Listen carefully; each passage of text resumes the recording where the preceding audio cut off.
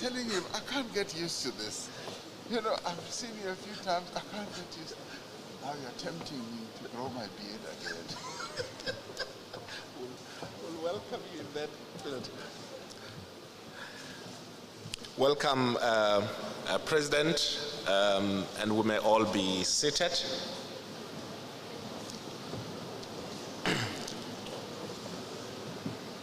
My name is Buti Manamela. I'm Deputy Minister of Higher Education, Science and Innovation, but I'm also the district champion for Ugu. I don't know what competition I've won to be declared the district champion, but I'm here and I'll be the facilitator stroke program director for you today. We'll start with a silent prayer or meditation. If we can again just rise for silent prayer or meditation.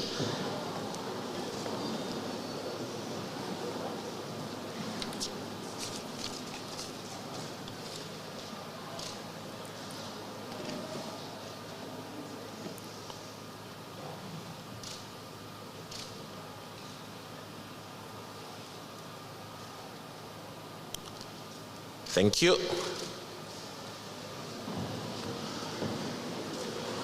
Would like to take this opportunity to invite to the podium the other district champion, who is the provincial champion, the MEC for Social Development, Ms. Nonhlanhla Khoza, to come and give us a word of welcome.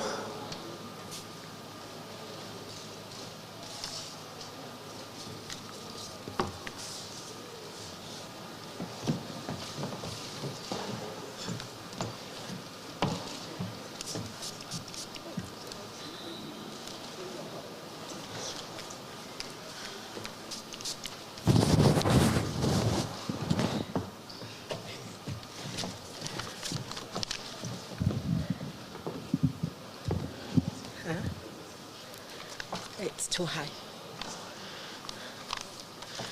Can someone?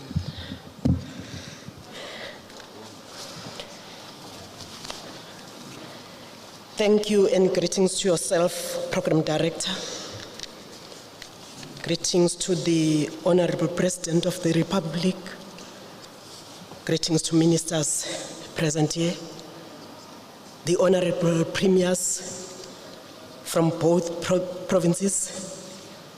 MECs from both provinces, the stakeholders present here. We have seen the religious leaders, business sectors, traditional leadership, members of the media, Sanborn.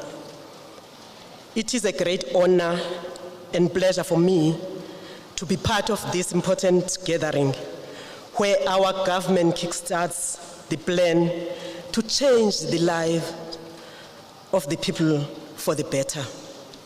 This is an exciting day because people of this district, of this province, and the country are looking upon us to come out with concrete plans aimed to change their lives for the better.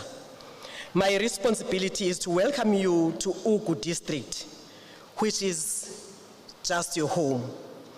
And you can also feel tranquility in this district, and we believe that you will return soon as we start these engagements. This is not a once-off trip, but we are looking forward to see you several occasions. The engagement of this kind, dedicated to change the lives of the people of KwaZulu-Natal and Eastern Cape, has been long overdue. For us to meet like this as two provinces, national government and district, is a proper response to the dire need of our people to fight the unemployment and poverty. We believe that the plans for a new South African smart city between Port St. John's and market will indeed make the lives of the people better. We are pleased that our government has embarked on introducing and implementing a service delivery strategy through the DDM has been launched and introduced by one and the same, our Honorable President.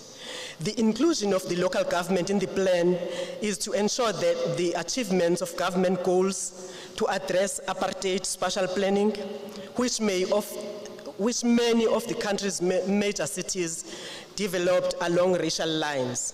From Ugu district along the Wild Coast Belt, we are a tourist destination. We have a lot of people who invested on this site and have holiday homes, but such investment only benefits a few. We are very happy that the Coastal City Plan would help reduce unemployment in 2 provinces, promote tourism, and help reverse some of the migration from areas which had seen more people leave for the country's larger cities. For now, we have people who travel between Eastern Cape, KwaZulu-Natal provinces daily for work.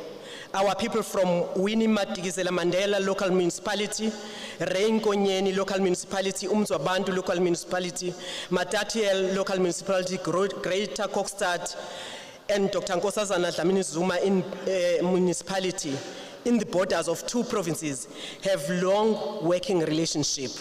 The formalization of this working relationship of these provinces and district municipalities is welcome and will go definitely a long way to address many challenges faced by our communities. We've been looking forward for this day, Honorable President and the ministers. We will embrace this opportunity by both hands. As the districts and provinces, you are all welcome in this gathering. I thank you.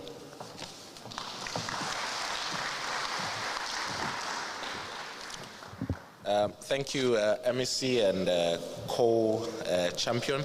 I'd like to take this opportunity then to invite the Minister of COGTA, Dr. Nkosazana Dlamini Zuma, to come and talk to us about the purpose of the meeting.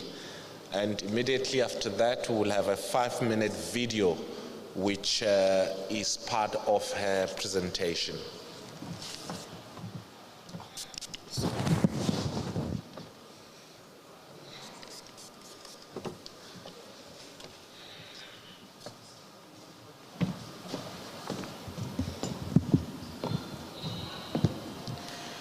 Thank you very much, Program Director and District Champion of Ugu, and of course the Provincial Champion who's just been here. Your Excellency, President of the Republic, Mr. Cyril Matamela Ramaphosa, our host Premier of KwaZulu-Natal, Sihle Zikalala, the representative of the Premier of Eastern Cape, the Cabinet Ministers and Deputy Ministers who are here, MECs present, the Acting Chair of the National House of Traditional Leaders, Umama Mhlawula, Nkosi Mhlawula, the traditional leaders who are here, provincial chairs of the provincial houses, business and investment community at large, directors general, heads of departments and public entities, members of the Fourth Estate, ladies and gentlemen. Mr. President, if ever there was a doubt on the veracity of the Cabinet decision to bring development to the Eastern Seaboard, the resounding and overwhelming support we have received in the past months has reignited and confirmed the correctness of that decision.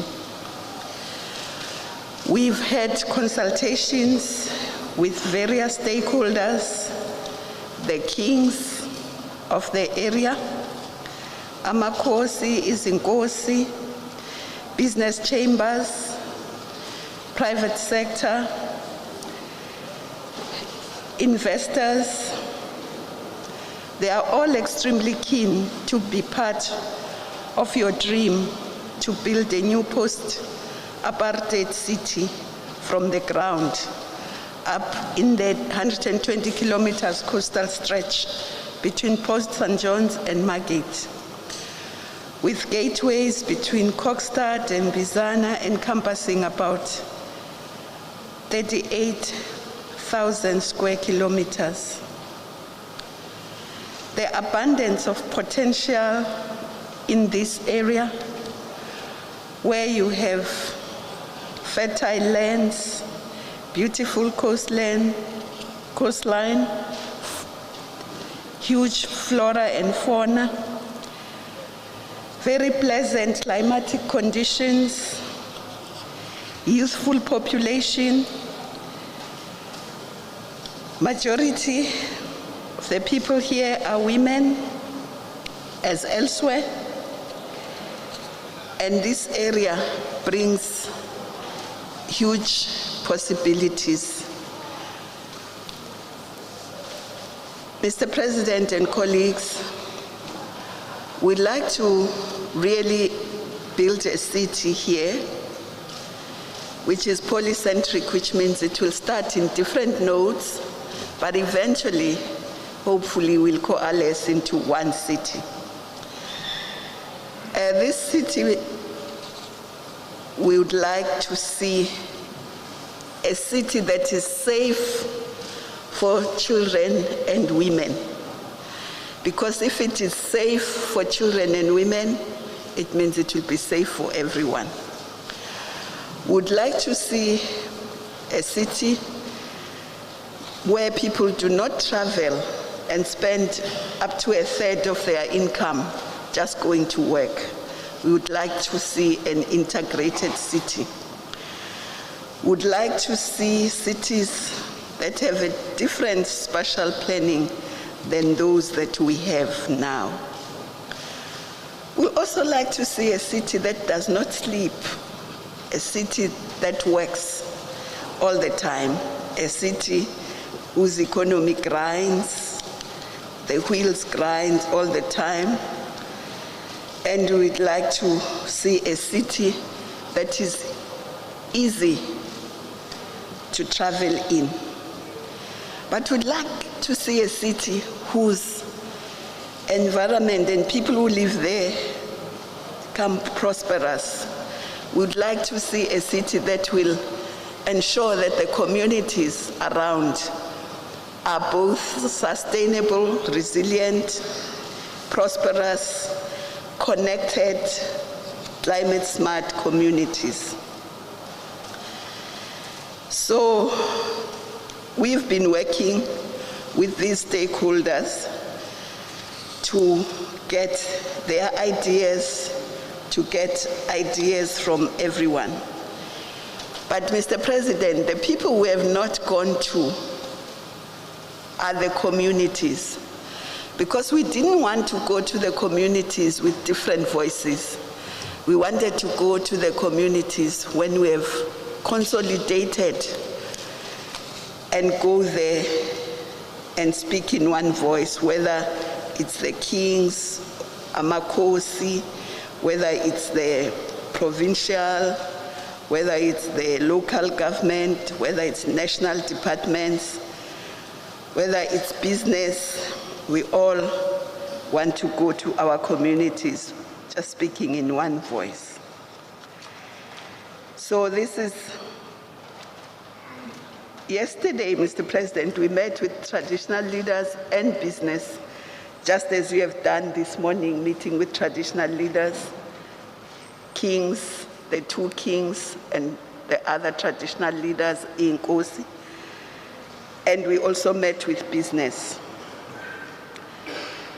And of course, the two provinces were there, the two MECs for COGTA were there and the officials from the 2 provinces.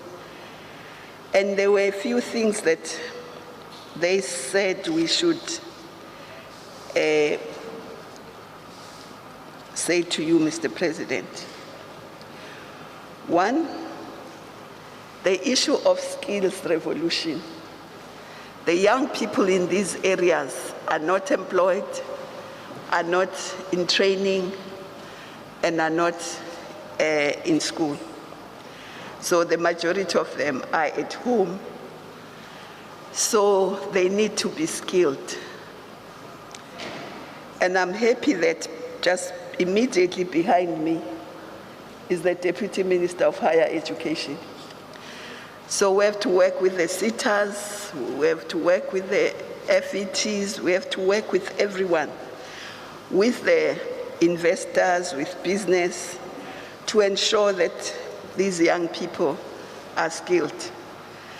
Besides the engineers that are at universities, we need technicians, we need artisans, but we also need to give these young people space to innovate, space to be entrepreneurs, space to form co-ops and participate in the building of this city. And of course, when we say young people, the majority of these young people are also young women. So women must not be left behind in all this. And of course, they also want to see development in all its forms. And the private sector said they are willing to participate and even in developing some of the targeted skills that may be needed.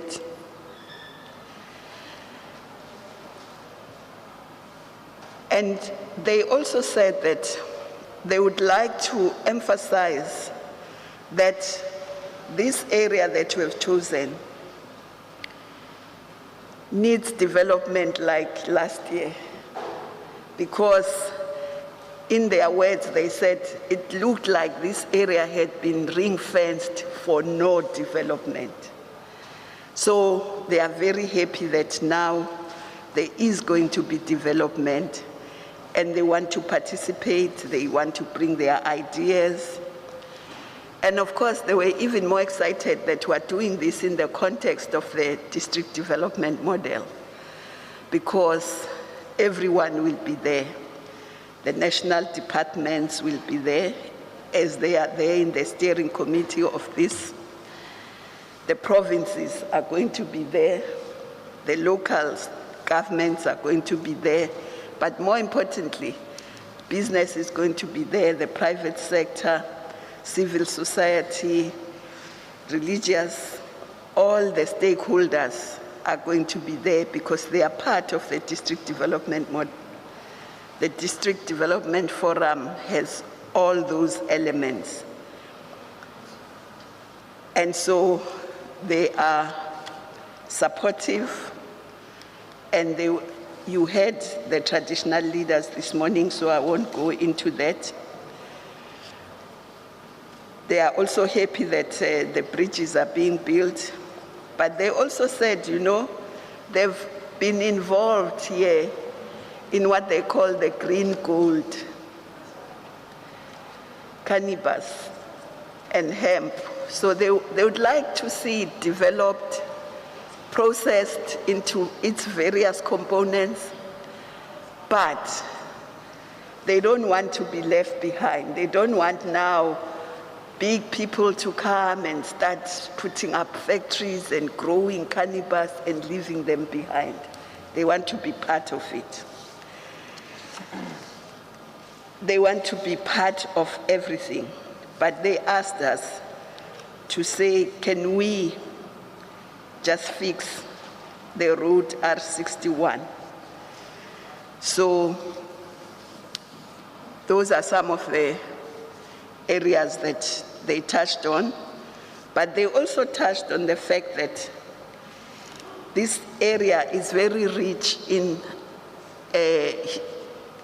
our historic heritage. A lot of our heroes come from this area, and so they would want to see that come alive. And they would also want to see their cultural heritage becoming part of the city, cultural tourism and other areas. Of course, they want to see the sea being used as it is, a big economic frontier. So these are some of the things that they raised, but they also said to us, people who have traveled here would attest to the fact that there are big spots where you can't communicate. There's no network, there's no connectivity. So they would like connectivity to be improved. And indeed, we all agree with that. So, and of course, I will not say what they said to yourself this morning, but I just wanted to raise some of the issues. And of course, they also said that they hope as we build this city, we'll be transparent in who does what, how much it costs, and there will be no one who will say what is in it for me. Everybody will be working with the idea of ensuring that we're working towards a better life for all, as the district champion said. So, President, I thought I should just share some of these with yourselves. And of course, the business people made some pledges, but they did also this morning, so I will not go there. I will leave that. But we are just very happy, Mr. President, that today you are here. And we'll just show a 5-minute video that just gives a high-level view of the 4 districts. I hope it will be shown and it will be seen now. Yeah, there's a screen there. Thank you, Mr. President, and thanks for all.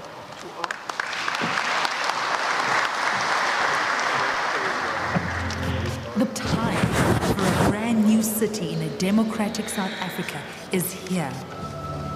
A city that spans 120 kilometers across the Wild Coast.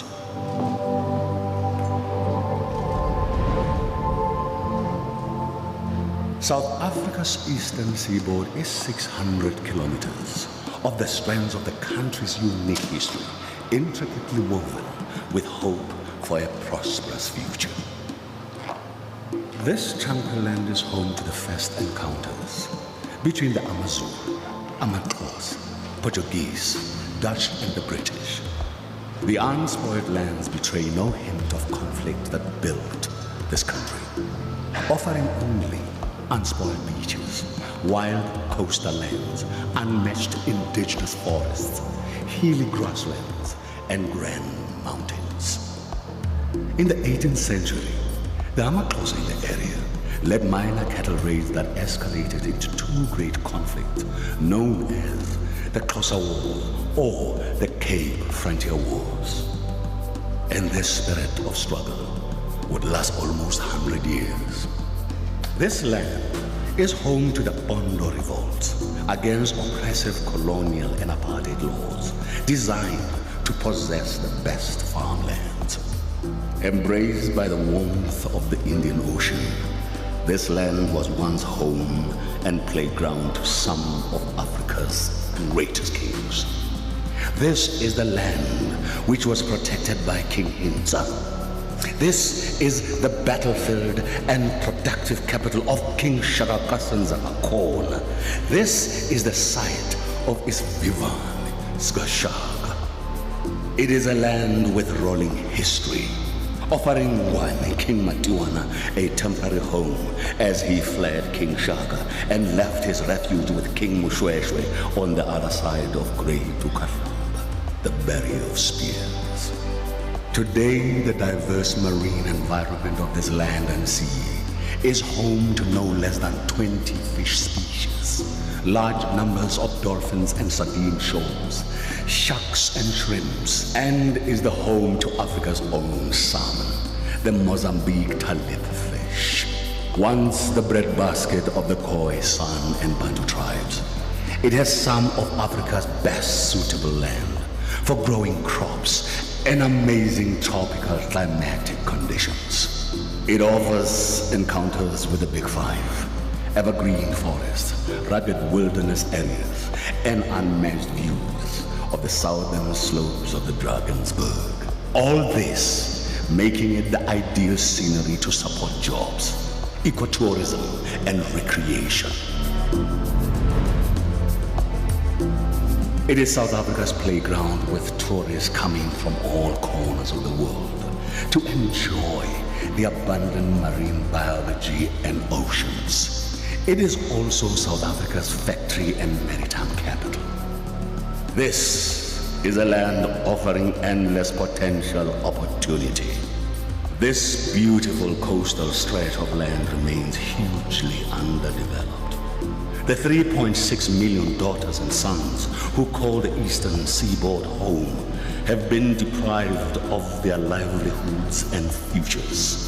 The young population of this area deserve bold, innovative initiatives which will tackle the legacy they face, give them hope for the future, and result in new black industrialists creating connected, cohesive coastal cities. 8 of the top 10 poorest districts are either owned or related to the Eastern Seaboard. Never and never again shall it be that this beautiful land will again experience the oppression of one by another and suffer the indignity of being the skunk of the world. The district development model is a deliberate and proactive measure to dismantle our past narrative of conquest, oppression, and resistance. I dream of a South Africa where the first entirely new city built in the democratic era rises with skyscrapers, schools, universities, hospitals, and factories. Here, we can win the war against hunger, poverty, unemployment, and inequality. This winning nation can ensure connectivity, accessible recreation, and leisure. We can bring clean energy, water, and air to meet our sustainable development goals to everyone, everywhere, no matter class, gender, color, race, sexual orientation, or creed. Ukuthi sibe lapha as we are launching lendlela yokusebenza esibiza ukuthi district development model. It is a model that requires government to develop our country and ensure that there are services that we deliver. South Africa, Africa and the world, the district development model is here. Join us as we reshape our future and redefine our African heritage through this innovative, polycentric African coastal smart city. As we tackle the great challenges of sustainability and prosperity induced by historical socio-economic developments, let us all take part in driving socio-economic transformation for all.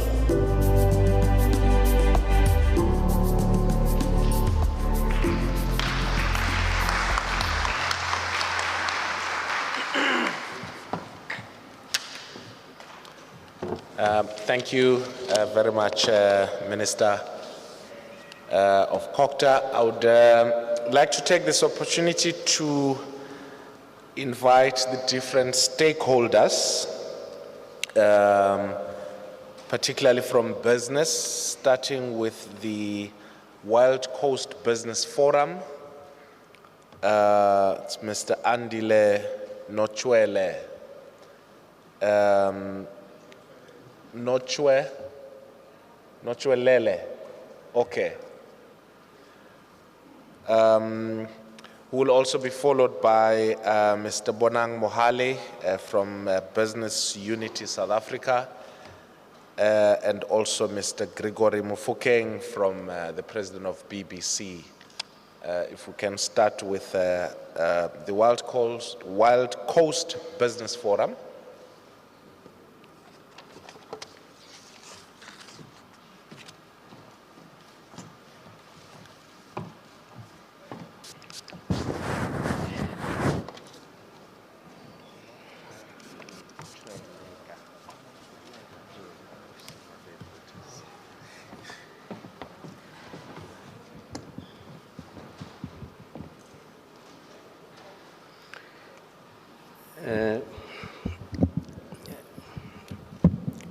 Program facilitator,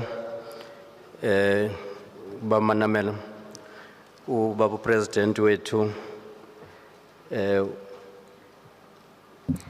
Ikumkani zeluzela wetu, ministers present here, deputy ministers present, the DGs, DDGs, senior management from government, the municipal managers, councillors, mayors, the business community, the investors. Ladies and gentlemen, good day. Molweni, Sanbona. My name is Ayanda Nochweleka. I know it's difficult to pronounce this.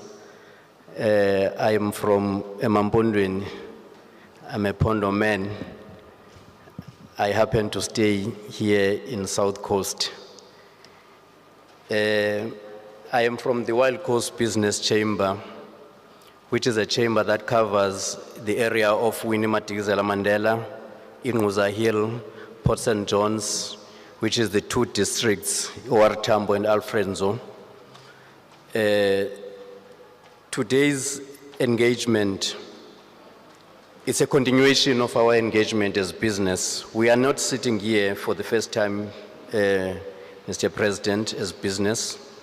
The Department of Local, the COCTA Department, we have had several engagements. We continue to have engagements in connection with the development of the 4 districts. Indeed, today is a historic moment of our lifetime, especially as people from Pondoland or the Wild Coast. I know back then there was a period when you come to this province, you will hide that you are from Pondoland. This marks the real democracy taking this country forward. Uniting the 2 provinces, especially the South Coast and the Wild Coast, is the history in the making today. We have gone a long way as communities of the 2 provinces. It is correct, we are not going to talk much, Mr. President, because Minister Umama Udlamini Zuma has indicated our cry. I am so happy, Minister, that you have captured our cry as business. The area, Wild Coast, Mr. President, you were here a few weeks ago. The work that is happening in that region, it is our work as business. The collaboration of big business and small business, as you have even mentioned, the work that is being done at Msigaba, that is the work of local business working with established business. The materials that you see that is building those bridges is being championed in that region, is not being imported. It's done from the natural resources by local business. Today's establishment of the new city Indeed, to us, it's a record that we have been waited for, hoping that our government will engage. But Mr. President, we are not going to be shy and apologetic about challenges that are facing our region and continue to face our region. Our area has been tainted with a very bad image, from work stoppages, delays in development, as if our communities are against the development. But it's unfortunate that on media records is painting a picture, a negative picture about our communities.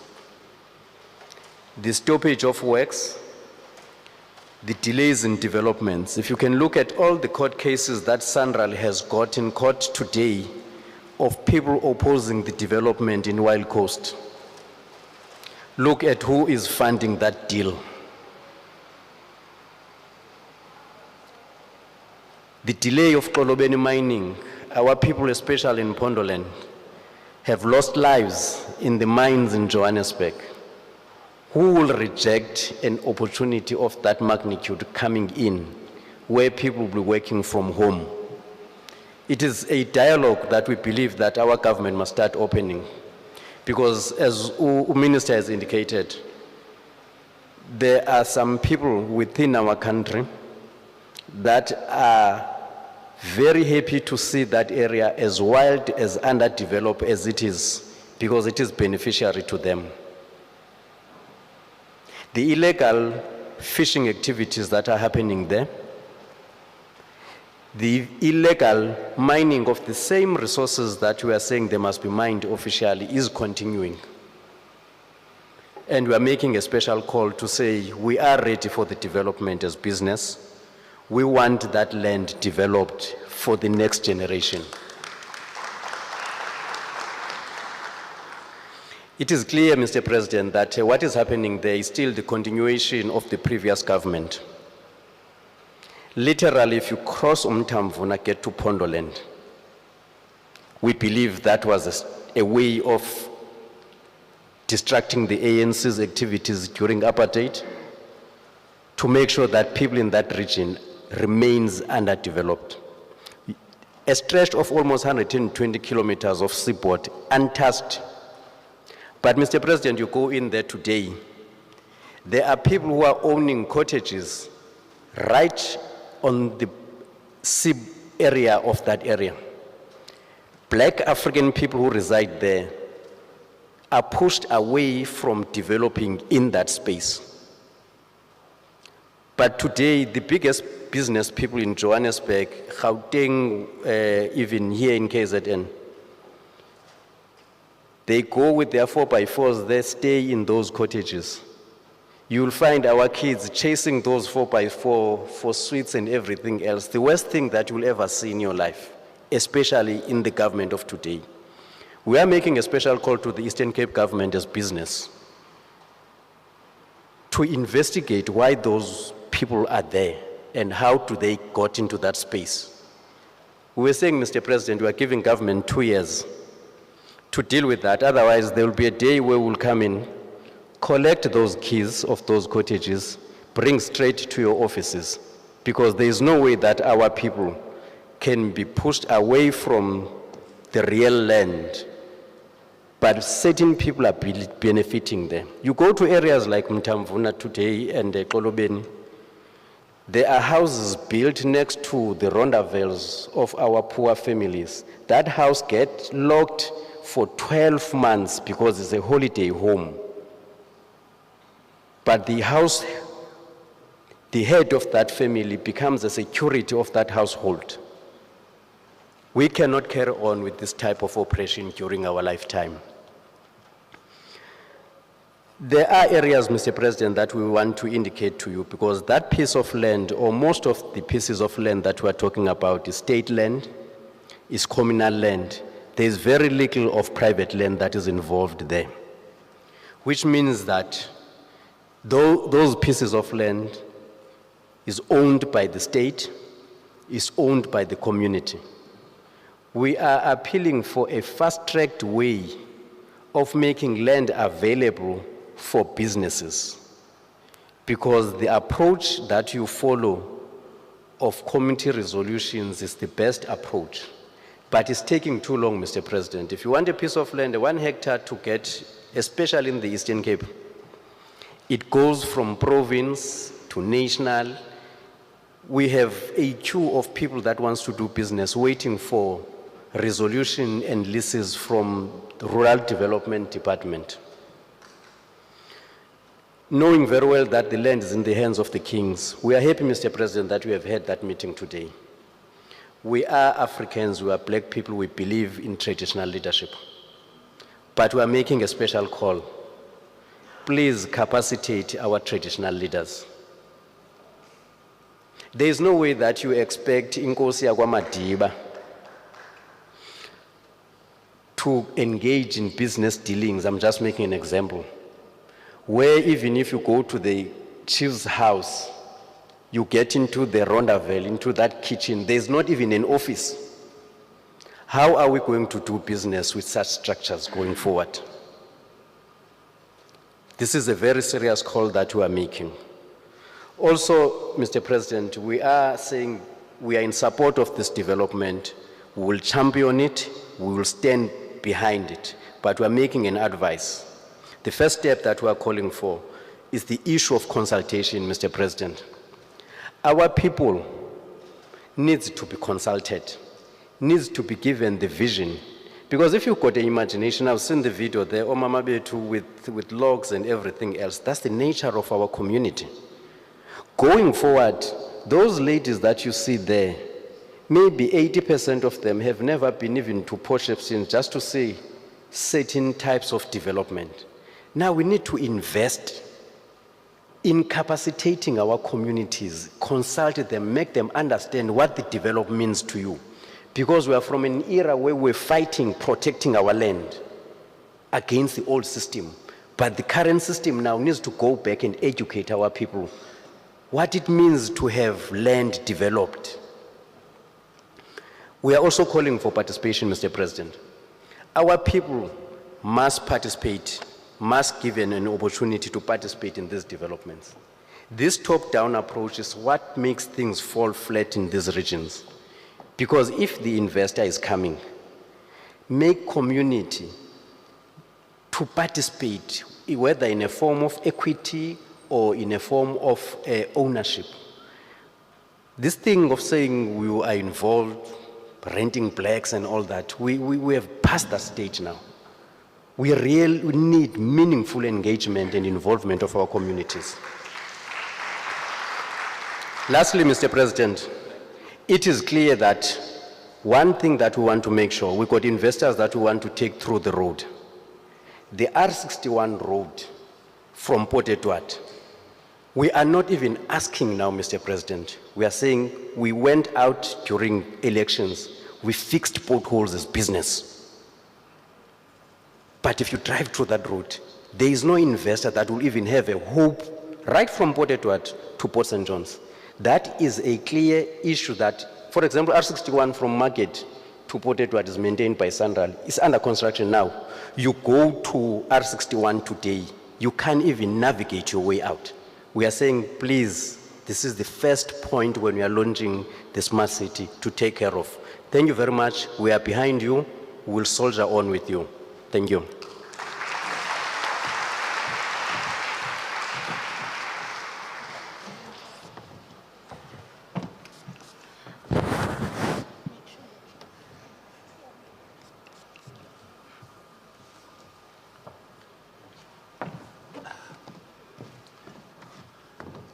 Thank you.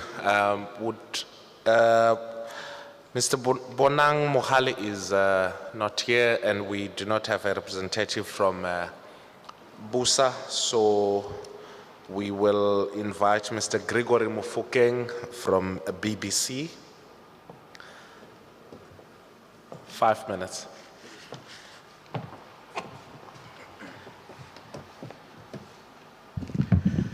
Thank you very much, Program Director. I have only 5 minutes. I'll try and be short.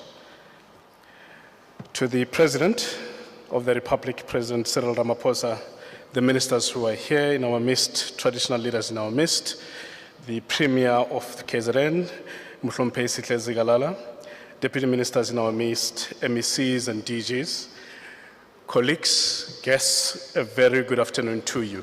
I'm here representing the Black Business Council, and Mr. President, we can comfortably report to you that we have been thoroughly consulted by the Minister and her team, and that we are fully behind the development of this new coastal smart African city.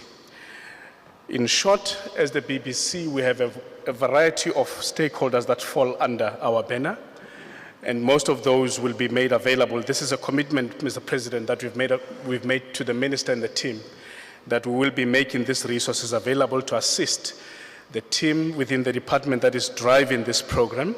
We will be making our built environment professionals available, our architects, engineers, project managers, and so on.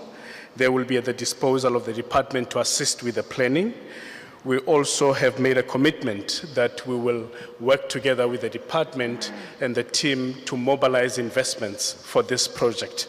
And as I was just networking earlier, Mr. President, some of our members are already working with some of the investors here, and plans are far advanced in terms of making sure that these investments actually do happen to support this new vision.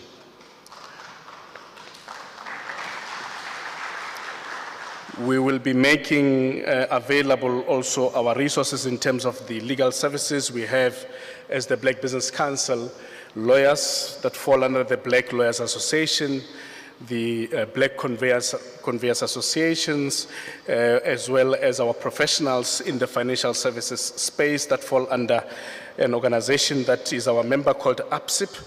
So we are going to make all of these resources available, Mr. President, to make sure that this project does succeed.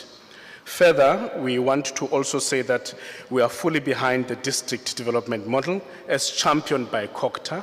And once again, we will be making sure that wherever this model is implemented, we will work together with the department to make sure that it is successfully implemented. Colleagues, as the Black Business Council, we want to make sure that the economic growth trajectory that we all want to achieve is attained eventually.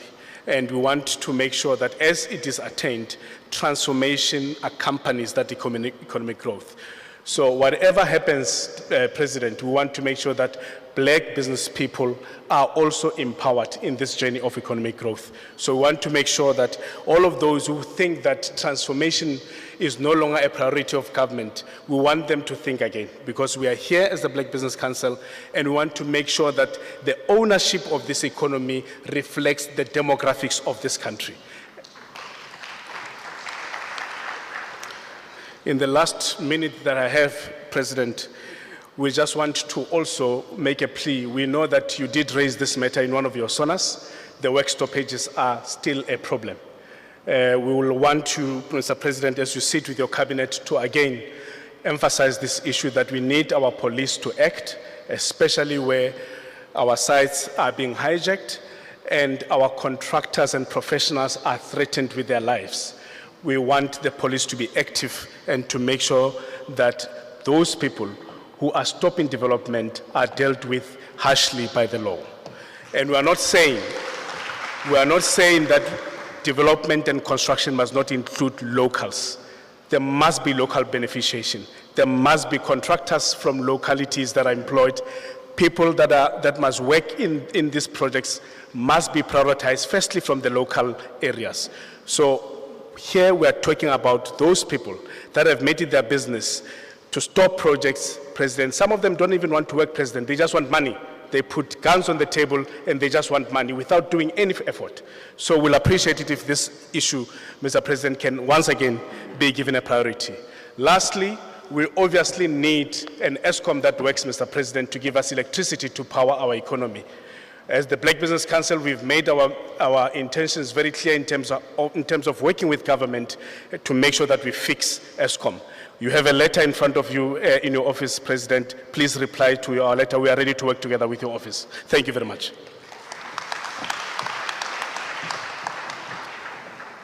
Thank you for the support from business, both the Wild Coast Business Forum, Business Unity South Africa, and also from the Black Business Council.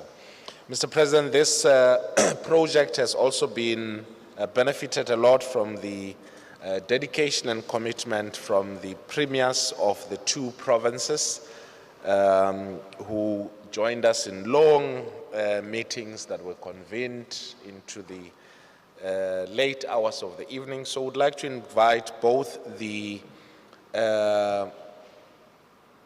Eastern Cape or representative of the Eastern Cape Premier, which is the MEC for Cooperative Governance, Mr. Olile Ngata, to speak on behalf of the Premier or to make remarks on behalf of the Eastern Cape Premier, and also following him would be the Premier of KZN.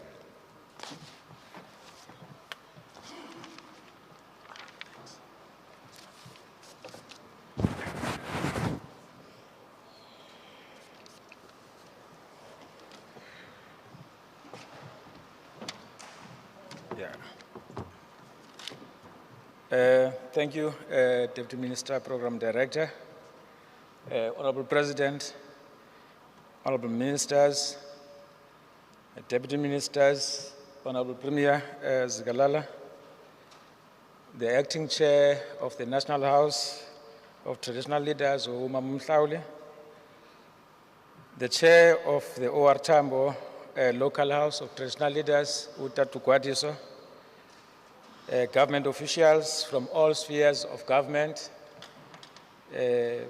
MECs present, leaders of business, distinguished guests, good afternoon.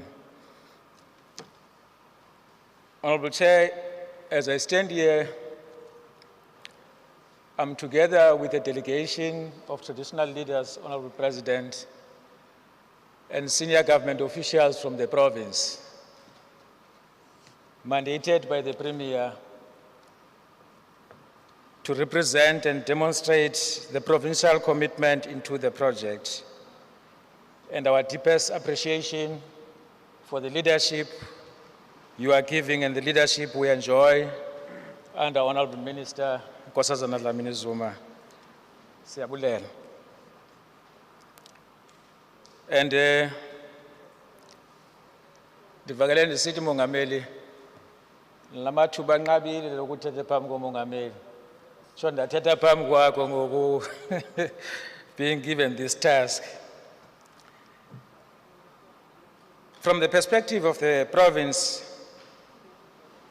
is that the coastal smart city is greatly underwoven with the historic underdevelopment of geopolitical economic of the Eastern Cape part, or rather the eastern part of the Eastern Cape. It has also been seeded in the democratic orders, discussions and plans for development of what became known to be the Wild Coast Corridor, starting from the Amatole or Tambo up to Alfredso district. The essence of the Wild Coast Corridor development plans remains being the realization of socio-economic development and the unlocking of the potential of the Wild Coast Corridor through appreciation and beneficiation of its natural endowment that many speakers have raised since our engagement yesterday and today.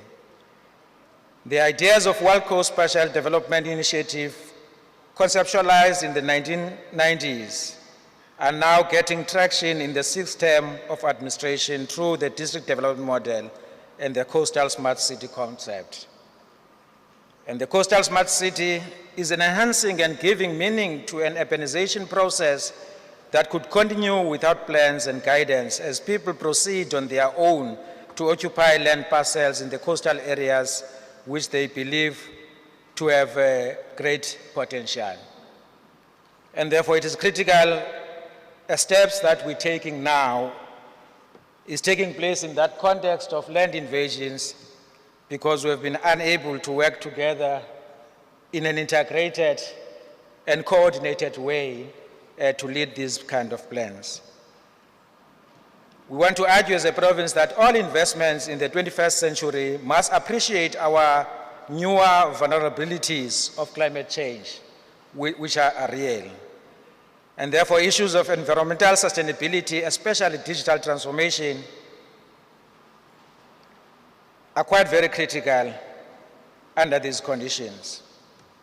In the 6th term, the provincial government has taken a stance to enhance its implementation capacity by firstly ensuring that all the strategic projects across the province are properly packaged and shovel-ready.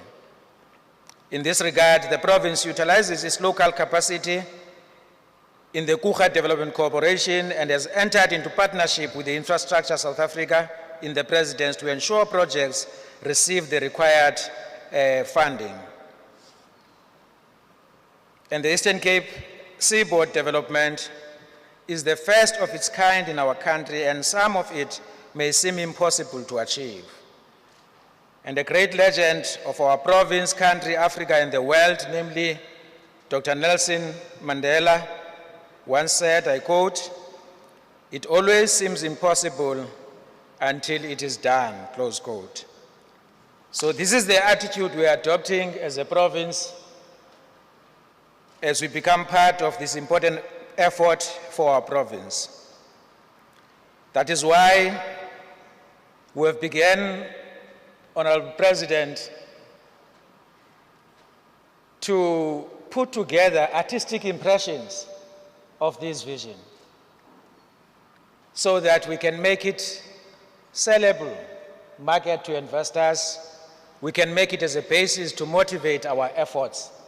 As all of us, together with the people of the province, we can see what future is going to look like.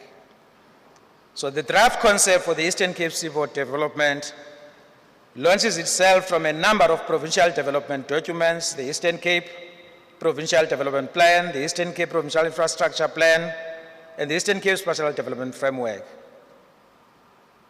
The Eastern Cape Provincial Infrastructure Plan of 2017 contains provincial strategic projects that are linked to the National Provincial Infrastructure Coordinating Commission.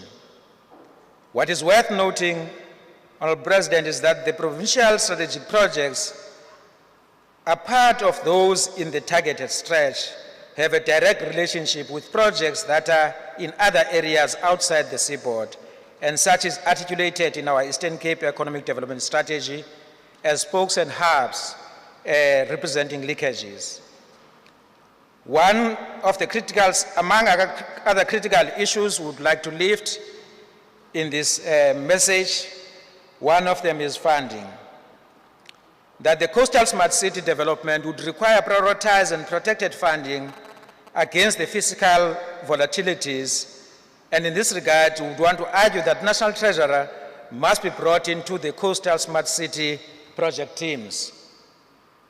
And there is also a need for collaborative funding syndication between spheres and between provinces in accordance with the project phases and jointly agreed priorities. The other issue we want to lift, Honorable President, is that of land. That land ownership issues have acted as a constraint on private sector investment in the Wild Coast region, as special attention must be given to land acquisition and release of land to ensure success of the Coastal Smart City project. Unlike other new cities in South Africa, the Wild Coast region is not empty greenfield land. There are many existing human settlements. This must include strong, therefore, social facilitation and consultation with traditional leaders to avert the risk of further coastal land invasion. And I'm glad that we in the province, together with traditional leaders, we're agreeing that there is a need to make the vast tracts of land, of communal land, available for development. We're agreed that longer gone are the days, Honorable President, uba inkosi sizawuthi kumhla kwafa kulona kodwa abantu balambile. So it's not right to have land but remain poor. Now uhlwembuzelekile ukukhokela abantu abaphuwa.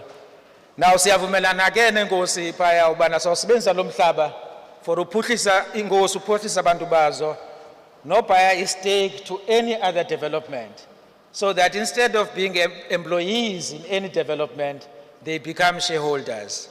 That's the attitude of the province together with the traditional leaders as we're making these steps. The other issue is the issue of maritime protection. This calls, Honorable President, for special attention and flexibility in dealing with the restrictive regulatory requirements on protected areas. The natural environment of the Wild Coast is heavily protected. For example, the Port St. John's State Forest, Umkambati, Lambas Nature Reserve, and the 1 kilometer coastal restriction are some of the issues that will require our attention as we do this work going forward. The fourth one is the mainstreaming of the Eastern Seaboard development. It is critical that work pertaining to the Eastern Cape Seaboard development be mainstreamed into institutional plans and the functionality of the institutional arrangement be ensured in order to ensure collaborative planning, implementation, monitoring, reporting, and evaluation. This is the spirit that embeds our district development model as we drive our development path going forward as a country. And the fifth one is the special purpose vehicle, that the process of setting up a special purpose vehicle needs to be prioritized as it will be charged with driving implementation. We need to be updated regularly on the progress. And we've got catalytic projects that are part of these efforts. And the Mtento Bridge, the hole in the wall, Msikawa Bridge, and so on. In conclusion, Program Director, as a province, we welcome and embrace the Eastern Seaboard development. We commit to work together with various stakeholders towards its realization as we strive to improve the lives of the people of the province and the country. Collaboration among government and non-governmental sector is critical for achieving the development imperatives of our country. And together we can surely do more. And thank you.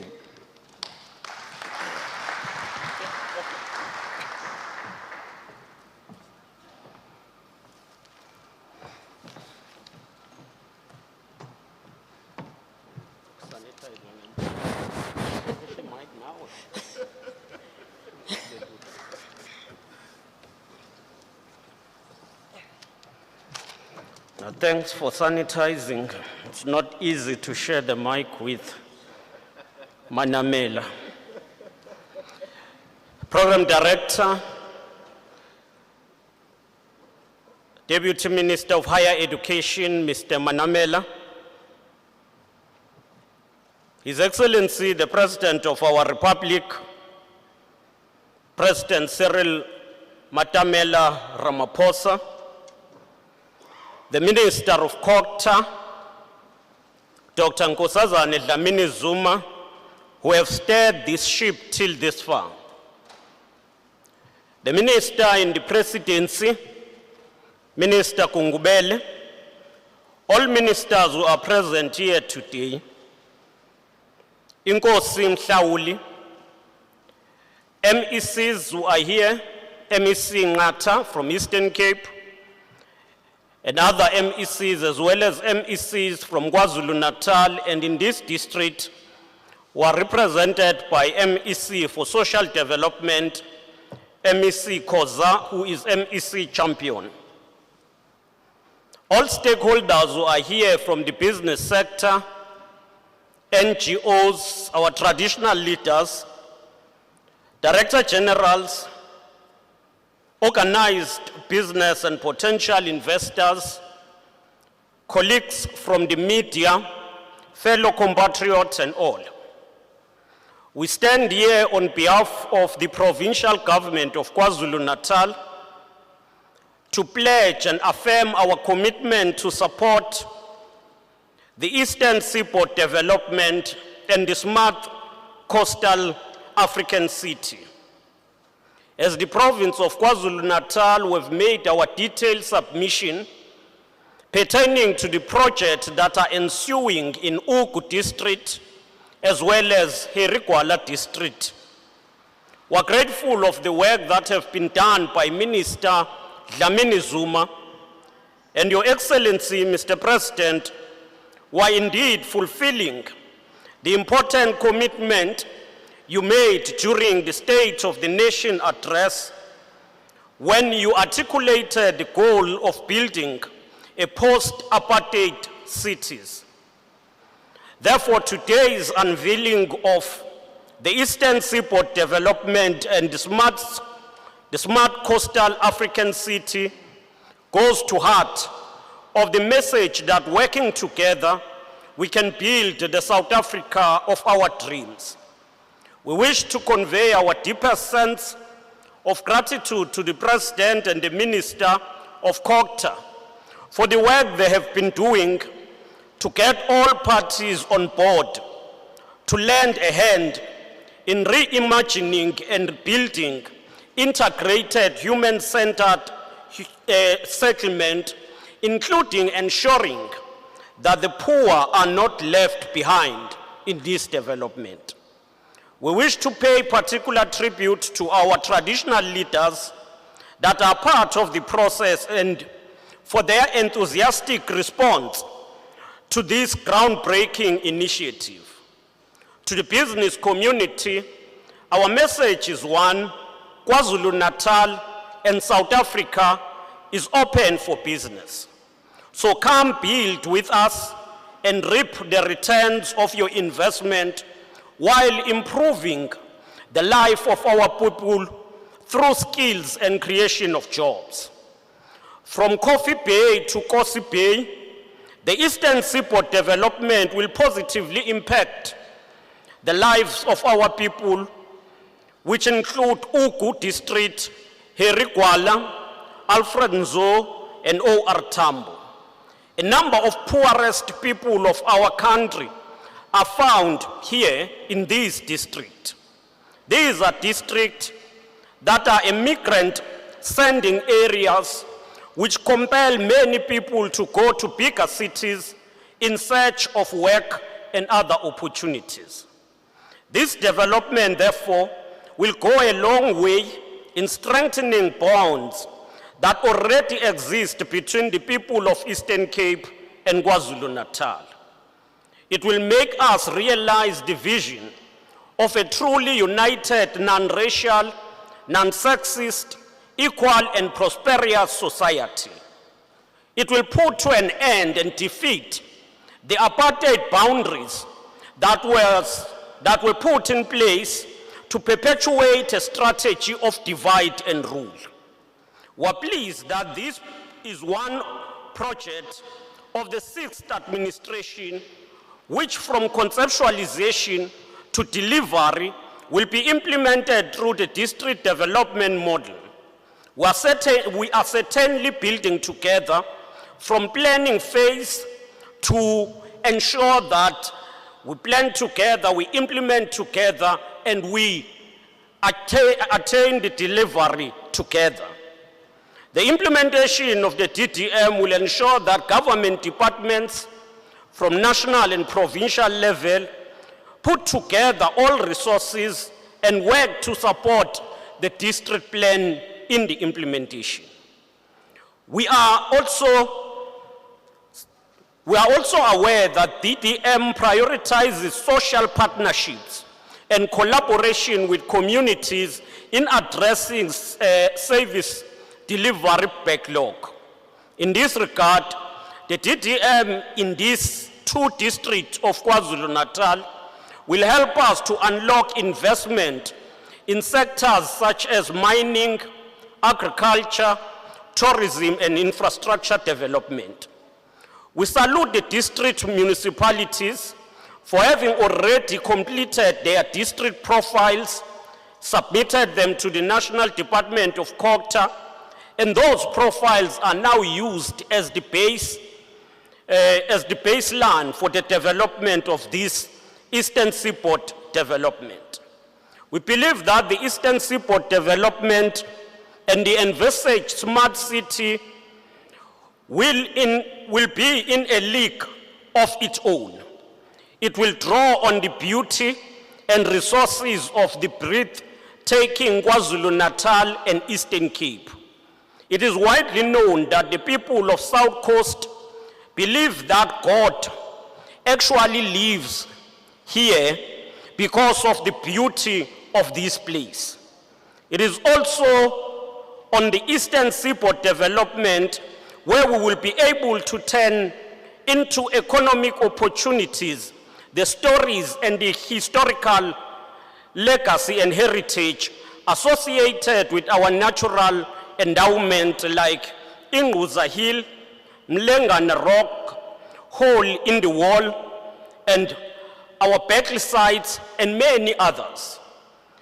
By fully applying the principle of a smart city, we will be able to create a human-centered society anchored on the ideal of economic inclusiveness and social justice.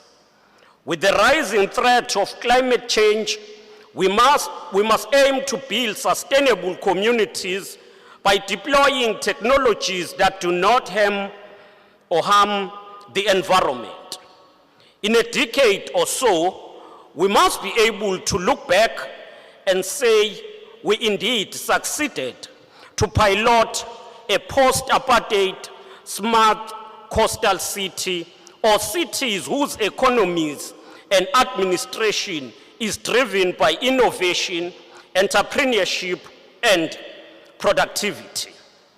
As KwaZulu-Natal will host the Intra-Africa Trade Fair taking place in Durban from the 15th to the 21st of November, let us all speak in one voice to showcase the array of investment opportunities that the Eastern Seaboard development present to Africa and the world, together building better communities while growing South Africa together. I thank you.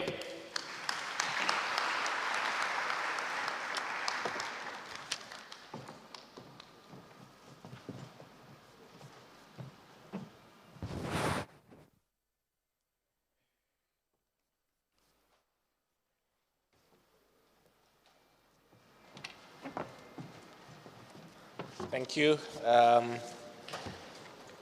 Premier of KZN. Would like to take now this opportunity to invite the acting chairperson of the National House to come and make remarks on behalf of the House of Traditional and Khoisan leaders.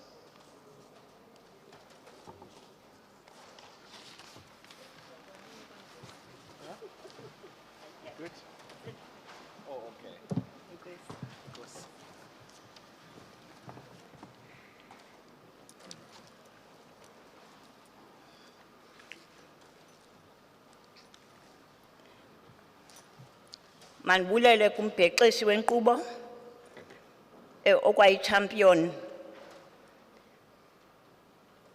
umongameli welizwe, ikumkani zelizwe lakokwethu, Minister Dlamini Zuma, all ministers present here, the minister in the presidency, premiers, chairperson of the House of Traditional Leaders, both provincial and local houses, MSCs, other traditional leaders, councillors, business sector, religious sector, molweni.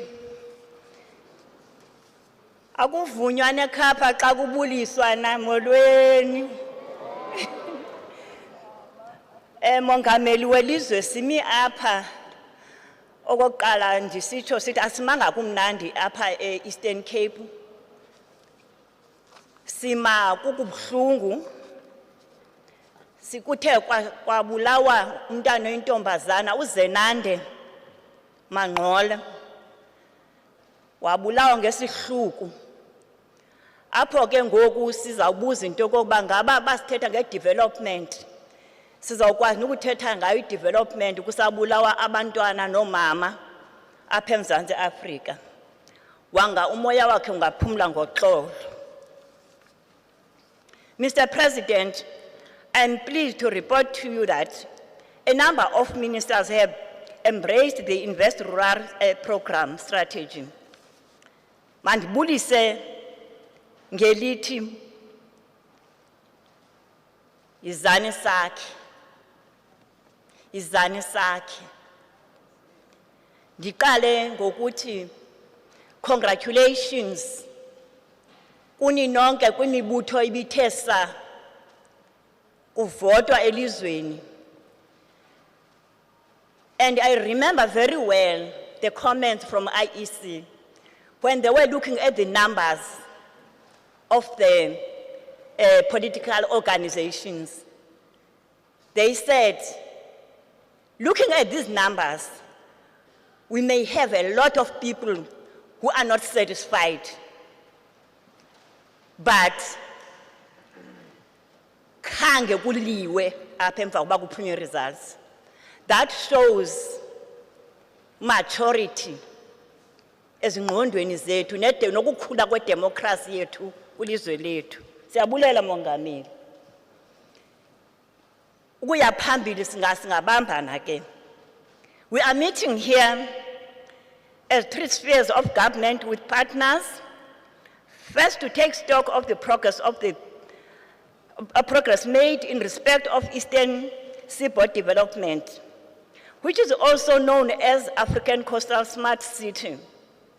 And second, to get a common understanding regarding our common way forward.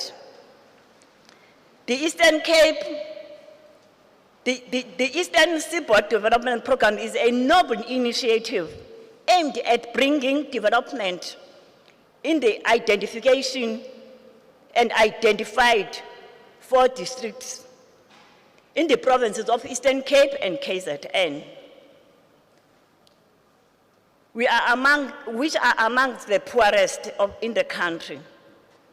This development initiative will go a long way in eradication of poverty, unemployment, and inequality,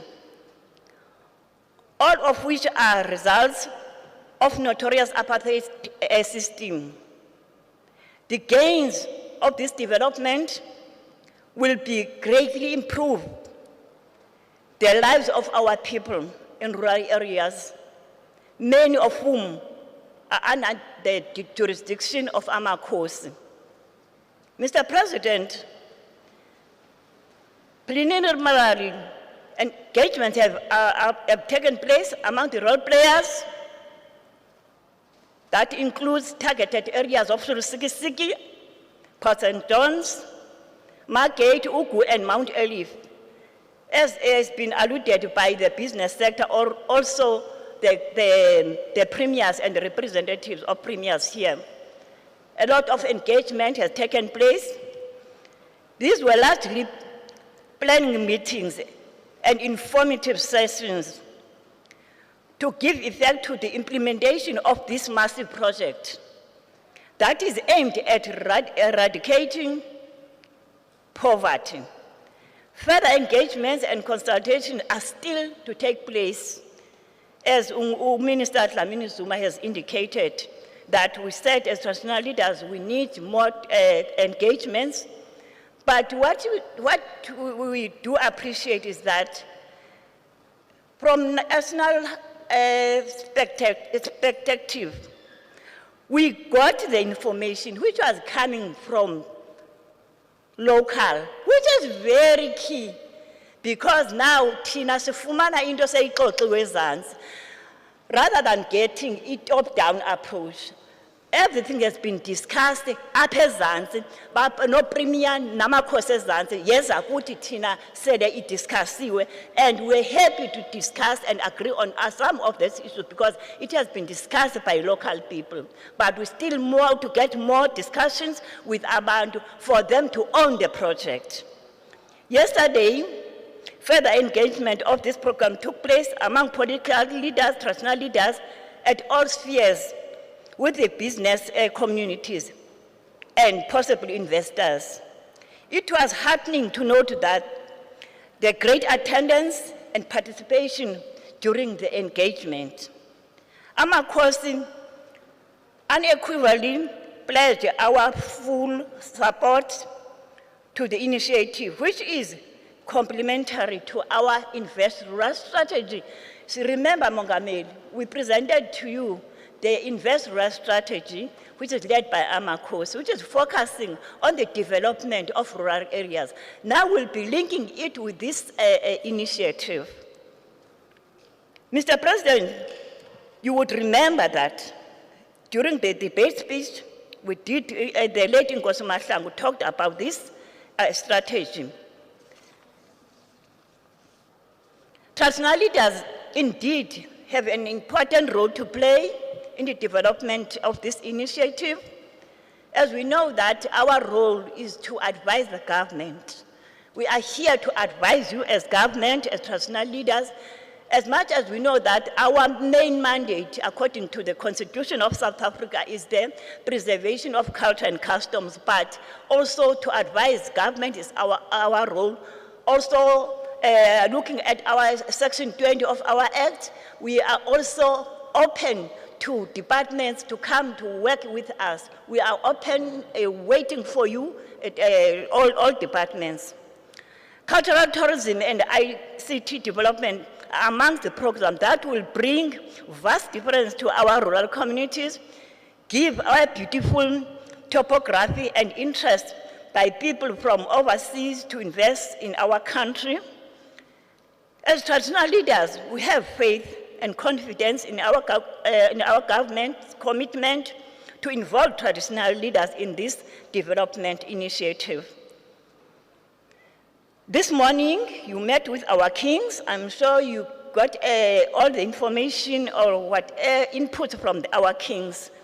But moving forward, Mr. President, the issue of water rights, that needs to be looked at, because we are faced with the issue of water rights, which seems not to be looked at, not to be prioritized, because the water rights, we don't have water rights as communities, but bakhona abantu aba-owner yonke into. Ingaske, when we are here also together with business, let's consider that the issue of water rights. Also, the development of the mind is very key. If you are talking about development, start with the development of the mind for us to move forward. Because if we are used to depend on government, it's not going to be easy for us to move forward. So let's get lessons that talk to the development of the mind, to notice that you have got something in you, you can do something for yourself. What I like about this strategy, Mr. President, it talks about complementing one another, not competing. Because if we are competing as business, as leaders, we are not going anywhere. Yes, there are times of competing, but the competition which is looking at improving what we are doing. But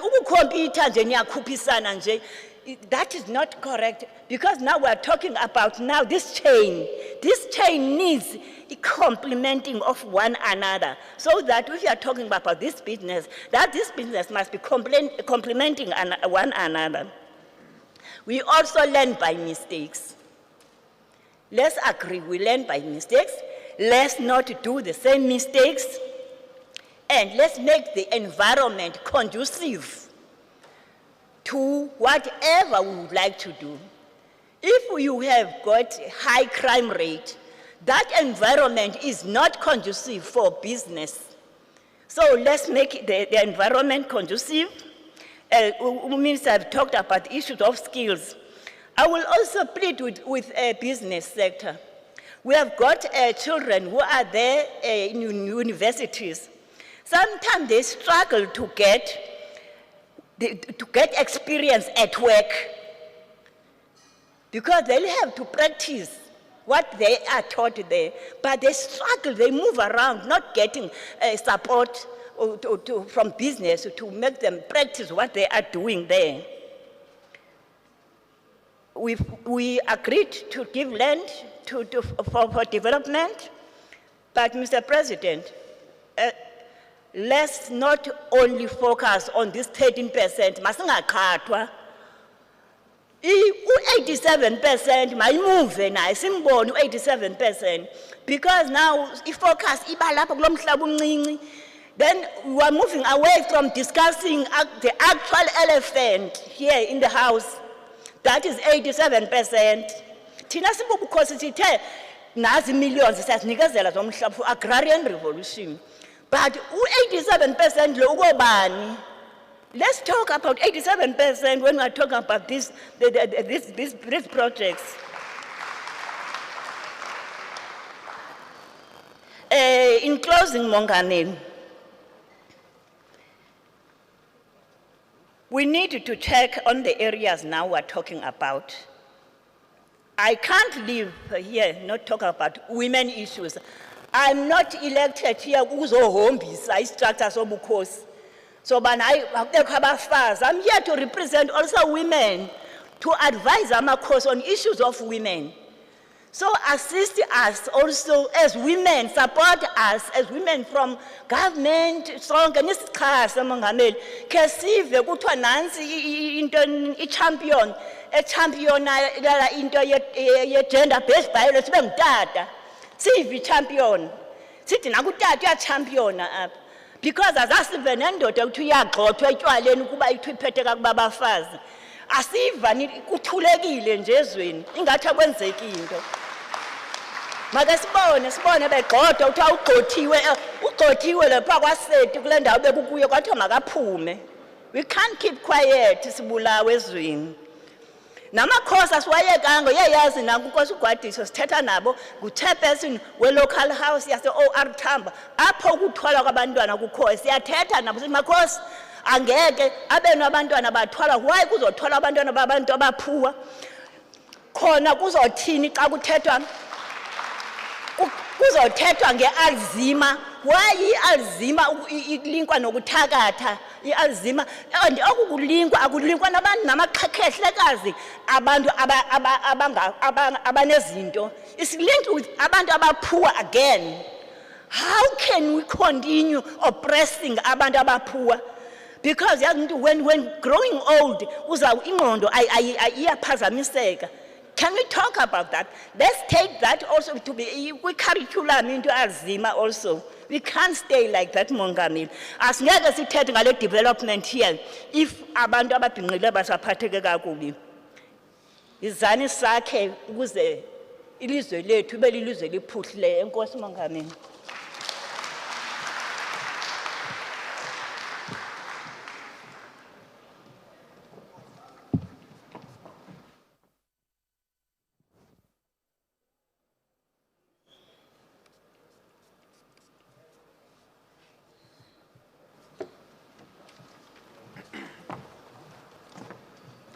Thank you.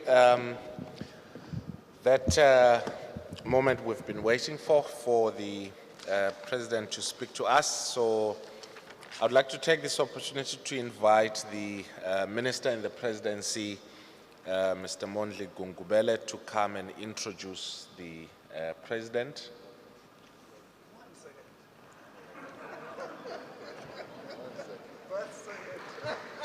Yeah.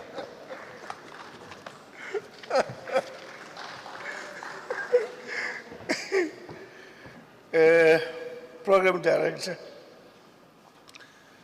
the entire spectrum of leadership, government, traditional leadership, business.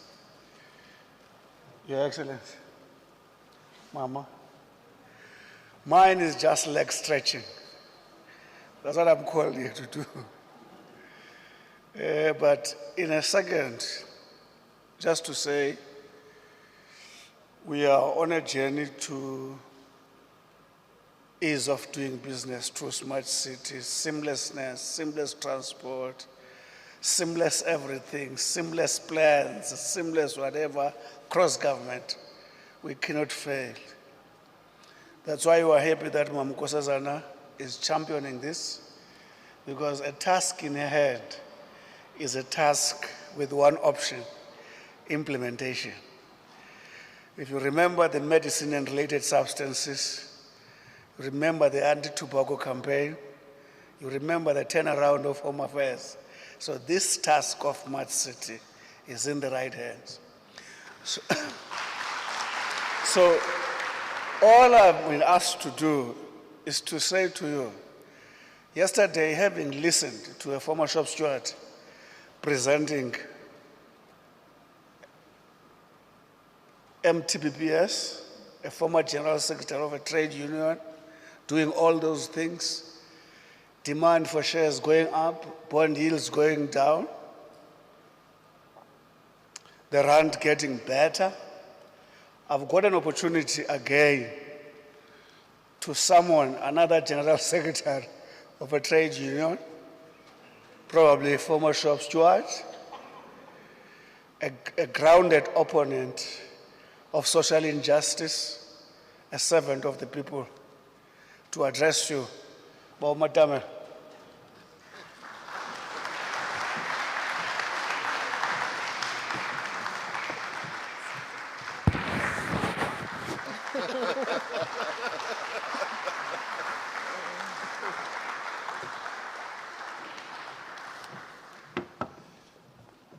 Thank you.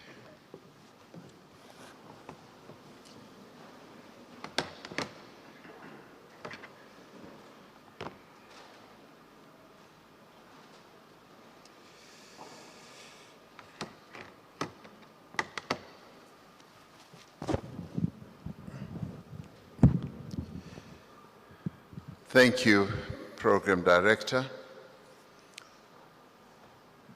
Minister Nkosazana Dlamini Zuma, Minister of Cooperative Governance and Traditional Affairs, Ministers and Deputy Ministers, Premier of KwaZulu-Natal, Sihle Zikalala, Deputy Ministers of Cooperative Governance and Traditional Affairs, Obed Bapela and Tembing Kadimeng, District Champions who are here with us, MECs and mayors from both the Eastern Cape as well as from KwaZulu-Natal, Mama Mhlauli, Acting Chairperson of the House of Traditional Leaders, and all our Amakosi who are present here today, whose presence is really valued and appreciated. Representatives from the business community and business associations, as well as the investor community, distinguished guests and ladies and gentlemen, it is indeed a pleasure to be here today to witness firsthand the opportunities that arise when government, business, and communities, as led also by our traditional leaders, mobilize around a common vision.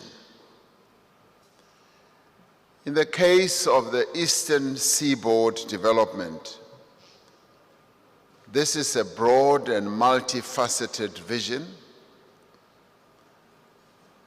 a vision that was crafted from a dream that we articulated some 2 years ago, a dream which many people just dismissed and scoffed at. That dream is now turning into a vision, and that vision is going to turn and is turning into an implementable project of building smart cities around our Eastern Seaboard. That is a phenomenal development in our country, South Africa. Firstly, it is a vision to translate from policy into practice the district development model, which aims to improve the coherence and the impact of local service delivery, but which also aims to channel investments in the areas most needed in our country.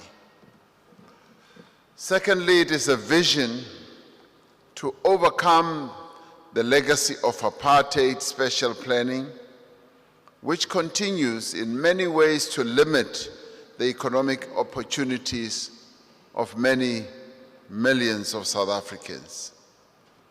Thirdly, it is a vision to strengthen economic linkages between our provinces through mutually beneficial development. And fourthly, this development aims to harness the potential of the vast natural endowments of the two provinces of our country, the Eastern Cape and KwaZulu-Natal, for economic growth. As I said in the State of the Nation in February, South Africa is a country of many endowments. As a nation, we also have many capabilities.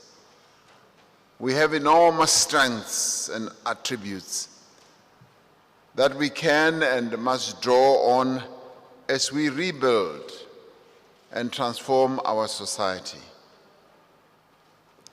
Now, our country has vast tracts of arable and fertile land.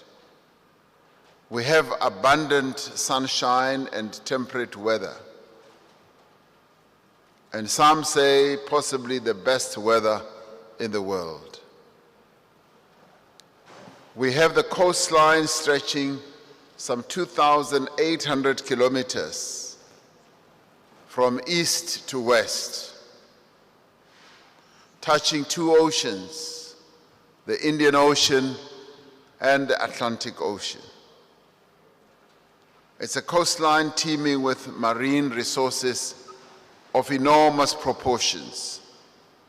Our fauna and flora places us as one of the top 5 most biodiverse countries in the world. Much of this natural endowment is located right here in the 4 districts that are part of this development. From pristine beaches and waterways to tourism attractions, and from diverse marine biology to fertile land with significant potential for cultivation. Now, this natural endowment presents great growth opportunities in the oceans economy, in tourism, in agriculture, in mining, in oil and gas, in technology, and many, many other opportunities. If harnessed effectively, this natural environment has the potential to revitalize local economies, create jobs, and sustain livelihoods. Translating the vision for this Eastern Seaboard development into reality requires cooperation between the public and private sectors to mobilize investment for catalytic and big-ticket transformative projects. Investors will provide the investment, but government will create the conducive environment and conditions for this investment to take place. Now, for us to do this, for us to position this as a development that can yield substantial and sustainable returns on investments, we have to strengthen the capabilities and improve the functioning of our government system, but more particularly at the local government level, because it is at the local government level where investment takes place. Investment does not take place at the union buildings. It takes place right here where we are. And that is where we want to see action taking place. Strong, well-run municipalities that are able to deliver services to communities as well as businesses are able to attract investment.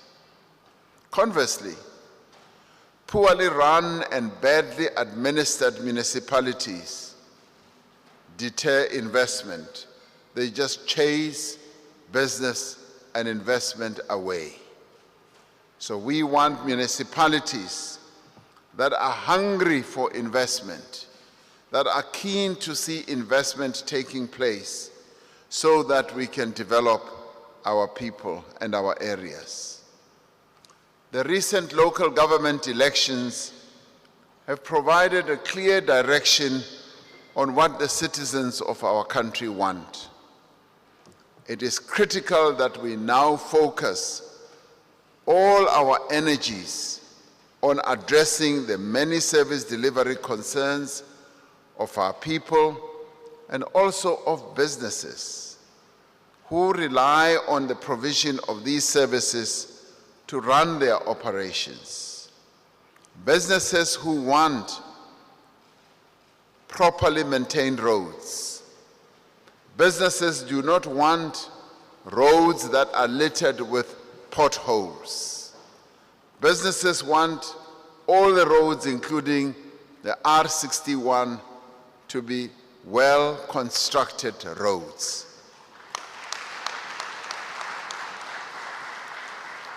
And this is precisely what today we are saying we are prepared to offer business.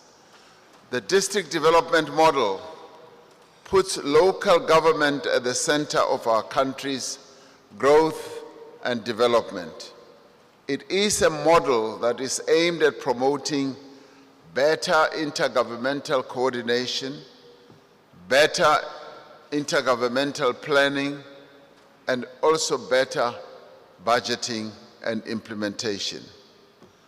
Part of the work we undertook during the pilot phase of the district development model was to develop detailed district profiles, providing an overview of each district.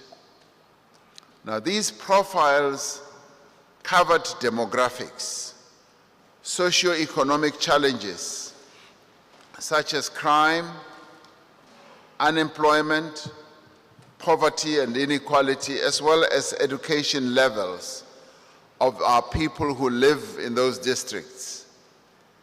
But they also covered current employment growth trends in the districts. Most importantly, these profiles identified potential areas for growth with a view to unlocking the potential of each of the districts. It was through this process that cooperative governance undertook that we were able to, possibly for the first time, to have an insight into the proper layout of our districts. And yes, it was through this process that we were able to identify opportunities for investment and development in this area of the 4 districts.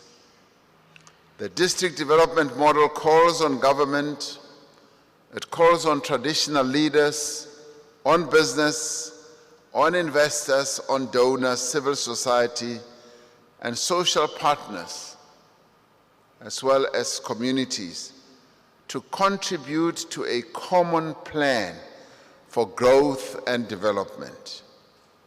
Today, we are here to take forward the developmental vision of the Eastern Seaboard Development, which is a flagship district development model project.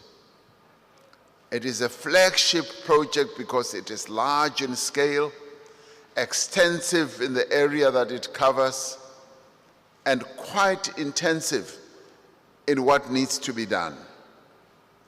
We will be declaring the Eastern Seaboard as a region in terms of the Special Planning and Land Use Management Act.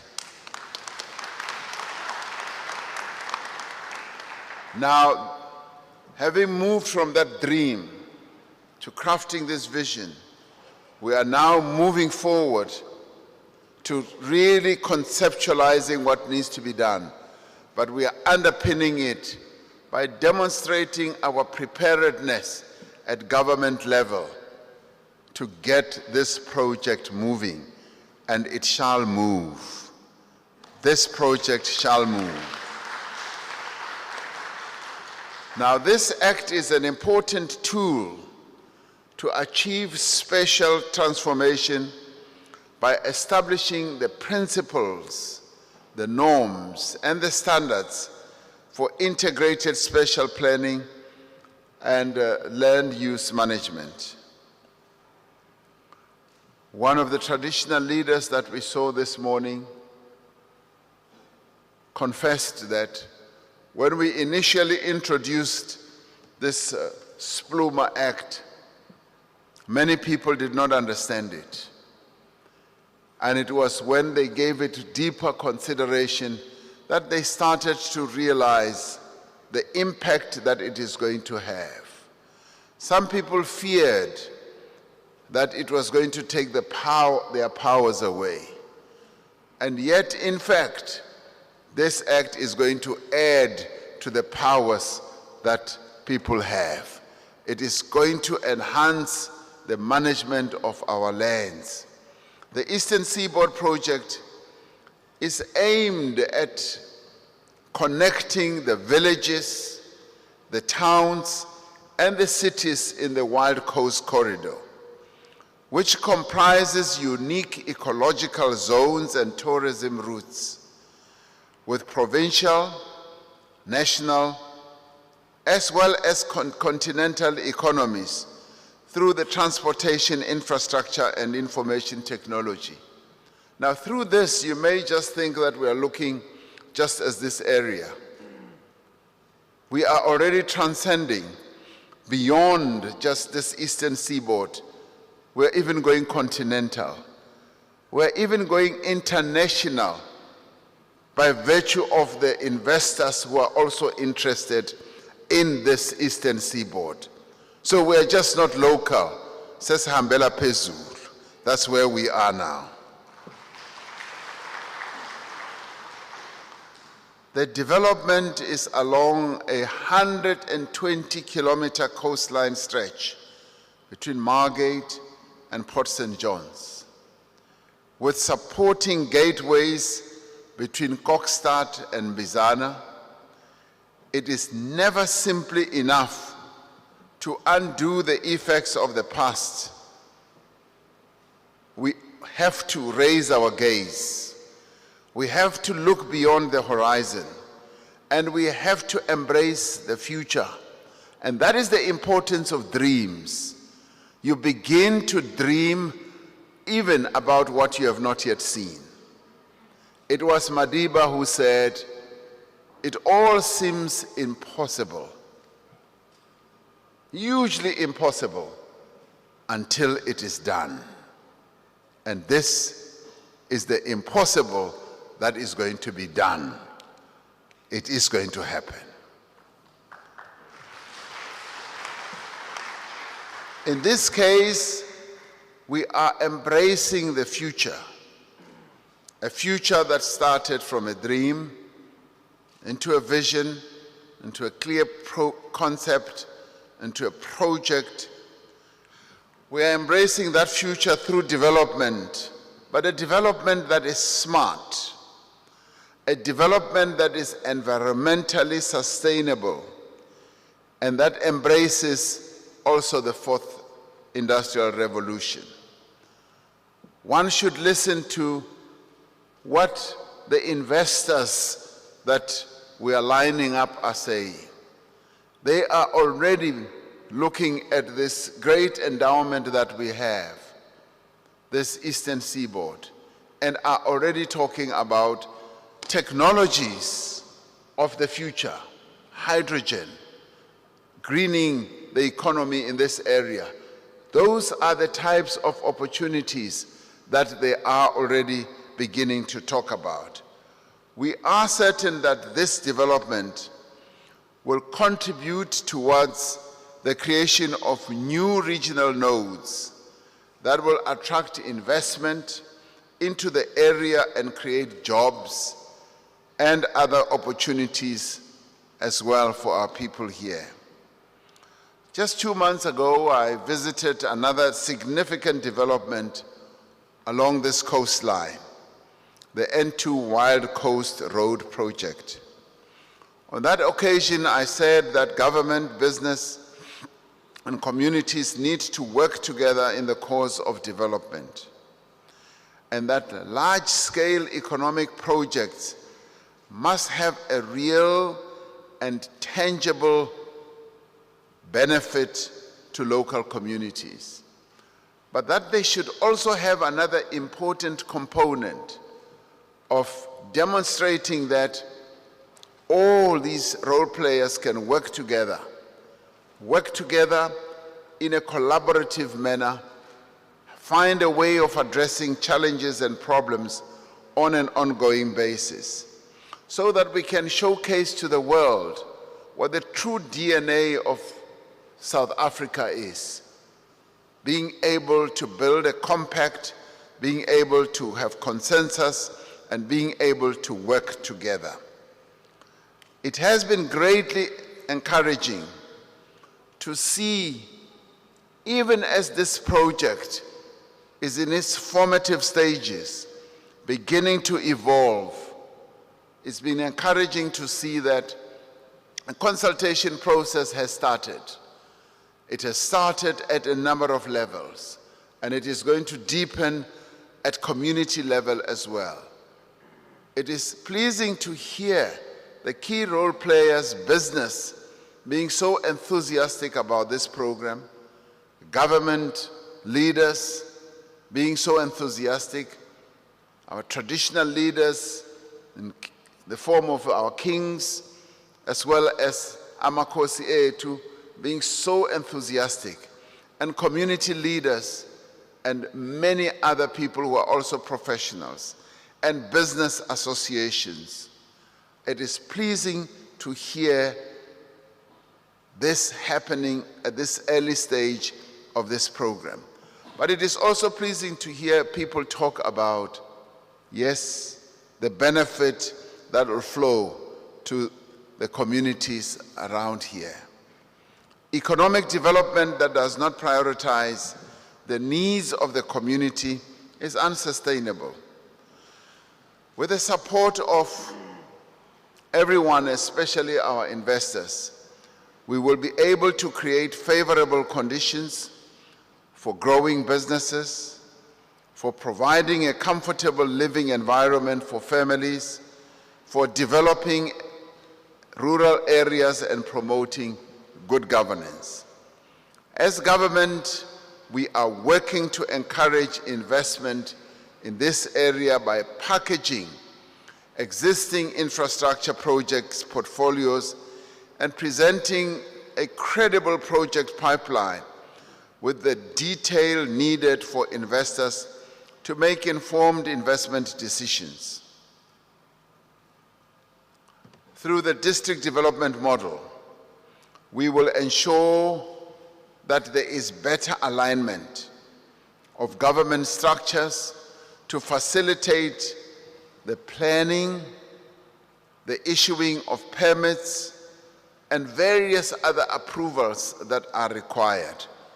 We are going to make sure that there is an ease not only of doing business, but that there is ease of implementing this project.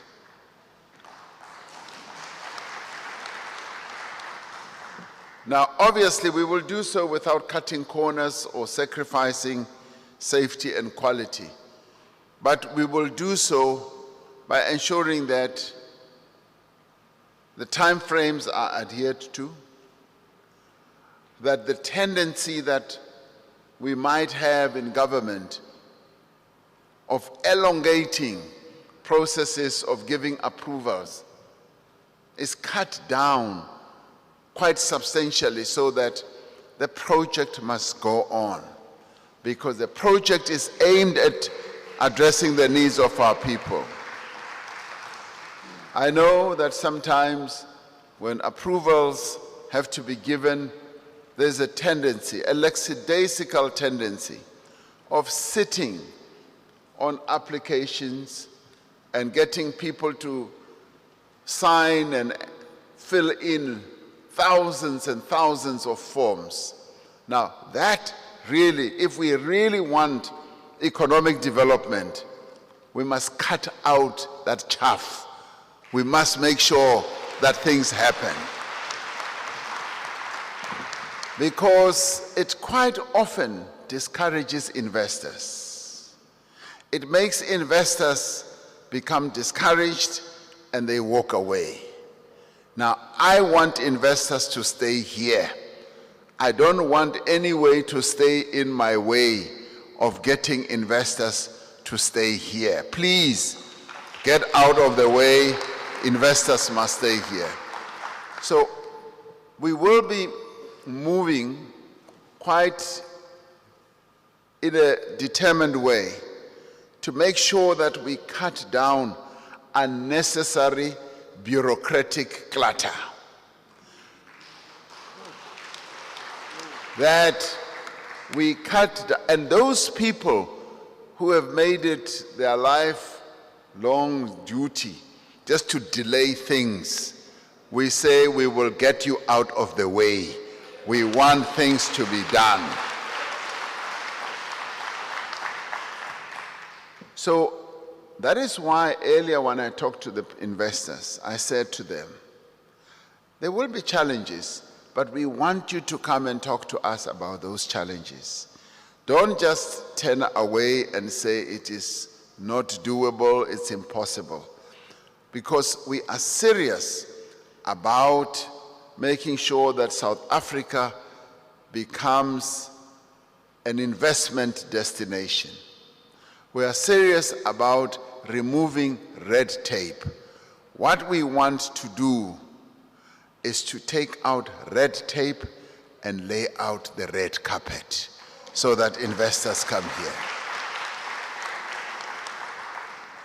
I'm greatly encouraged to see the work that has been done into packaging the Eastern Seaboard development to potential investors. And want to thank Minister Dlamini Zuma and all the others who've been working on this, packaging this, talking to investors, and getting investors to start biting, to start getting interested.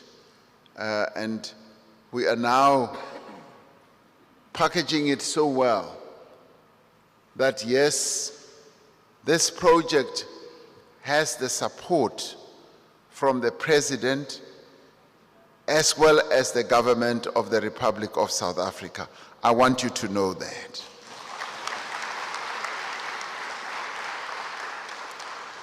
Now, as we continue our journey towards economic reconstruction and recovery, developments such as this can help to boost the fortunes of our economy and also to create jobs. They will also support the overall growth of regions that have suffered from underdevelopment. Now, the 4 districts in this area are some of the poorest districts in our country with lack of investment. We are now shining a torch of investment on these 4 districts. And they've also suffered from low growth and underinvestment, and they've also suffered from people departing from these 4 districts going to many other places in our country. We want to attract them back. We want to bring them back as we build our smart cities around and along this eastern seaboard. I want to thank all who have been part of making the events of the past 2 days a success. I hear that there have been intensive discussions, and that in itself is a very positive sign that we are moving forward. For the investment community, I'd like you to know that this demonstrates our seriousness and our determination about making sure that, yes, you can come and invest here. We want you to come and invest here.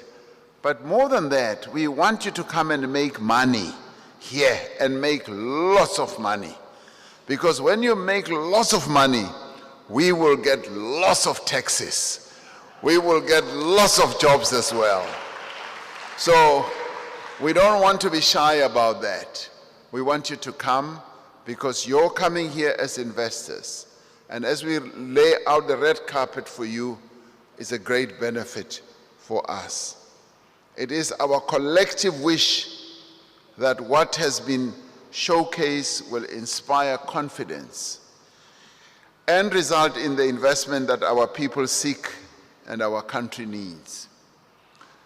And just to give you assurance, we will continue as government to address the various other challenges that our country faces. We are a country that has a plan. We are moving forward. We are not browbeaten. Even COVID-19, much as it has been devastating, has not browbeaten us to submission. We have a plan, and we are addressing the challenges. Be they challenges that our people face out of poverty and unemployment, be they challenges that our businesses face out of losing business, we are addressing those. And we've taken the most outstanding decisions for a middle-income economy like ours, as well as for a small economy like ours. We've been punching way above our weight because we are serious about development.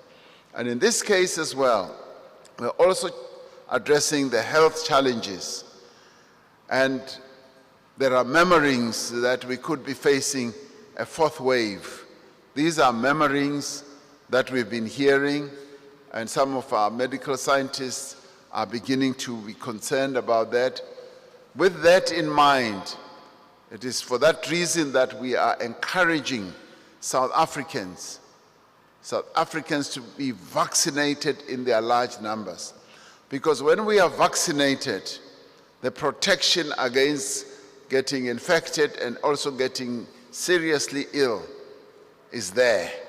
So this weekend, we are opening up our Vuma vaccination weekend again, and I'd like to call on South Africans to go out in their hundreds of thousands so that we can increase our vaccination rates. We are increasing the numbers. The Minister of Health said maybe 30 million people are now vaccinated.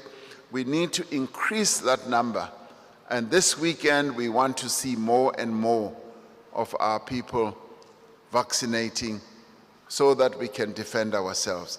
It is these efforts that we are taking to demonstrate that we are serious about economic development, because when we are all vaccinated, then our economy gets a boost. Our economy gets a lift. Just like yesterday, when our Minister of Finance delivered the medium-term budget policy statement, it has already started showing very positive signs of a lift. And these are some of the things that we need. So today, as we talk about this Eastern Seaboard project, development project, it is one of those initiatives that is going to give us a lift. And we will be spreading these types of initiatives throughout the country, because it is through economic development that we will be able to address the three challenges our country faces: unemployment, poverty, and inequality. And we'd like to say to the business community, thank you for being here.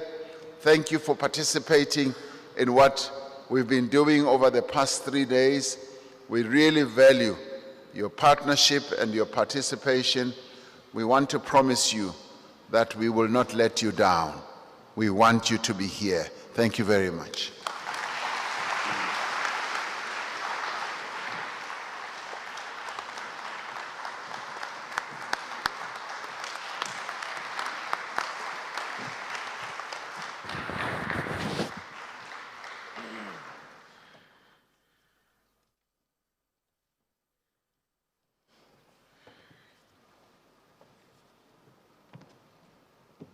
Thank you, President. And I think the marching orders are clear. No red tapes, just red carpets, so that we grease the wheels that will make the smart city move and ensure that this region is grinding forward. Thank you very much for those instructions, President. And I think all of us have had you in all spheres of government, and also those who are here who have been invited to be part of this engagement between yourself and all spheres of government. Are those the showers to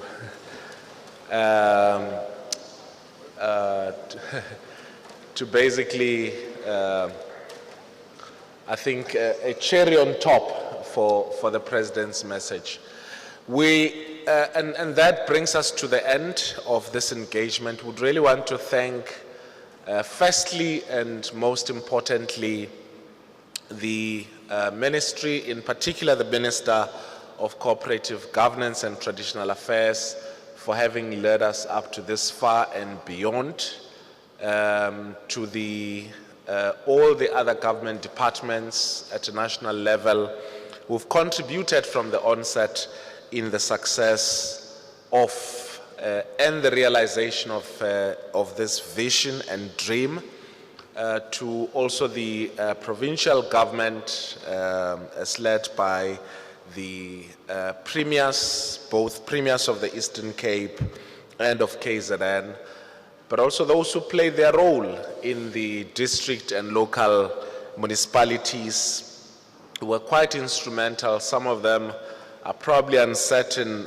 President, whether they'll be coming back into local government or not, but they've played their role up to this far, and we really want to thank them for having ensured that we come this far with regards to the smart city, the officials at all the spheres of government who have also made their contributions felt, but also those who've made today a success. Would really want to thank you for your efforts and for all the energies that you have all expended.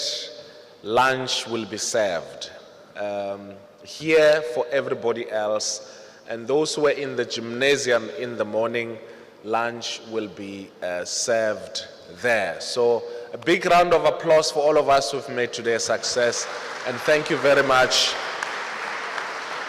Enjoy the rest of the day and enjoy the weekend, and let's make the smart city work. Thank you.